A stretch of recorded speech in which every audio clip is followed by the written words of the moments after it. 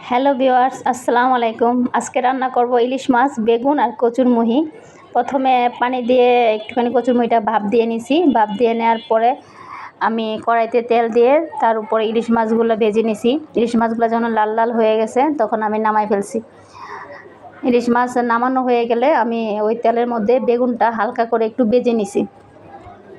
বেগুন ভাজা হয়ে গেলে বেগুনটা তুলে নিছি। তারপরে পেঁয়াজ দিছি, রসুন বাটা, আদা বাটা, একটু জিরা বাটা, হলুদ মরিচের গুঁড়া দিয়ে ভালো করে কষাই নিছি। কষানো হয়ে গেলে তার উপরে আমি কচুরমুহিগুলো দিয়ে দিছি।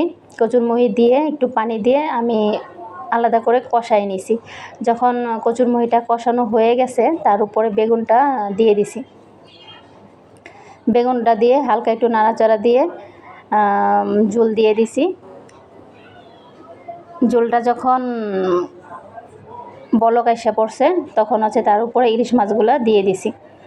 তরকারিটা নামানোর আগে ধনেপাতা দিয়ে নামাই ফেলছি। তো এই দেখেন আমার তরকারিটা হয়ে গেছে। তরকারিটা কালারটা কিন্তু অনেক সুন্দর আসছে। এখন তরকারিটা খেতেও অনেক মজা হয়েছে। আপনারা সবাই বাসায় এভাবে রান্না করে খাবেন।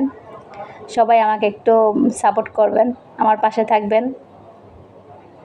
সবাই ভালো থাকবেন, সুস্থ থাকবেন। আল্লাহ হাফেজ।